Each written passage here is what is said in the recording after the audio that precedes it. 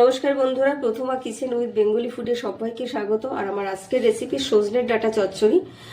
সবেমাত্র বাজারে উঠতে শুরু করেছে, একেবারে কচি কিন্তু এই ডাঁটাগুলো। তো কিছু ডাঁটা আছে একেবারে নরম, আঁশ ছাড়ানোর কোনো দরকার নেই। আর কিছু ডাঁটা একটু বড়, সেগুলো থেকে আমি যতটা পেরেছি আঁশ ছাড়িয়ে নিয়েছি।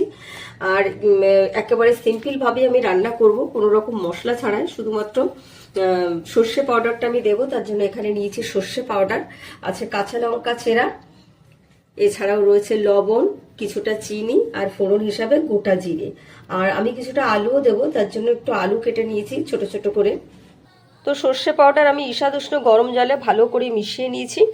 আর এদিকে কড়াইটা বসিয়ে দিয়েছি। পুরো রান্নাটা আমি সর্ষের তেলে করব। তেলটা গরম হয়ে গেছে। ফোড়ন হিসাবে দেব গোটা জিরে, কয়েকটা কাঁচা লঙ্কা,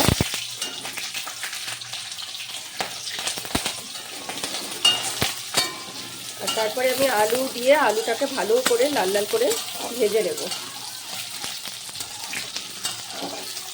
তো আলুগুলোকে আমি একটু নেড়ে ছেড়ে নিয়েছি। এখন দিয়ে দেবো স্বাদ মতো লবণ আর সামান্য হলুদ গুঁড়ো। যদিও হলুদ গুঁড়োটা আমার দেখানো হয়নি, তো সামান্য হলুদ গুঁড়ো আর স্বাদ মতো লবণ দিয়ে ভালো করে নেড়ে ছেড়ে নেব। তো আলুগুলো আমি 2-3 মিনিট মতো ভালো করে নেড়ে ছেড়ে নিয়েছি। আর এখন দিয়ে দেবো সজনের ডাঁটাগুলো।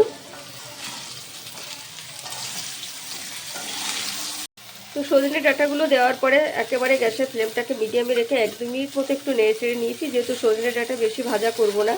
আর এখন দিয়ে দেবো সর্ষে পাউডার, যেটা আমি মিহি করে গুলে নিয়েছিলাম, সেটা দিয়ে দেবো। আর দিয়ে দেবো সামান্য পরিমাণ চিনি দিয়ে কিছুটা সময় আমি ভালো করে কষিয়ে নেব। তো 1-2 মিনিট মতো আমি একটু নেড়ে চেড়ে নিয়েছি, নেড়ে চেড়ে ভালো করে কষিয়ে নিয়েছি। আর এখন দিয়ে দেবো পরিমাণ মতো জল।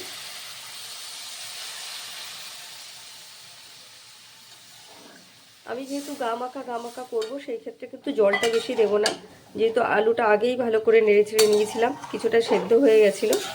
আর যেটুকু জল দিয়েছি এই জলে কিন্তু সেদ্ধ হয়ে যাবে, ঝোলটাও কিন্তু মাখো হয়ে যাবে। আর এখন আমি বেশ কিছুক্ষণ ঢেকে রাখবো। তো গ্যাসের ফ্লেমটাকে মিডিয়ামে রেখে আমি 10 মিনিট মতো ঢেকে রেখেছিলাম। আমার ঝোলটাও কিন্তু অনেকটা কমে গেছে, মাখো হয়ে এসছে, ডাঁটাগুলো সেদ্ধ হয়ে গেছে, আর আলুগুলোও কিন্তু গলে গেছে। তো আমি আর 2-3 মিনিট মতো রাখবো, রেখে নামিয়ে নেব। তো আমার সজনে ডাঁটা চচ্চড়ি পুরোপুরি কমপ্লিট, সার্ভ করার জন্য একেবারে রেডি। একেবারে সিম্পলভাবে, কোনো মশলা ছাড়াই রান্না। তো এইভাবে অবশ্যই ট্রাই করো, নিশ্চয়ই ভালো লাগবে। আর আমার চ্যানেলটিকে সাবস্ক্রাইব করো আর লাইক কমেন্টস করো। আর অবশ্যই নতুন নতুন ভিডিওর আপডেট পেতে পাশে থাকা বেল আইকনটি প্রেস করো। আর সবাই খুব ভালো থেকো, সুস্থ থেকো।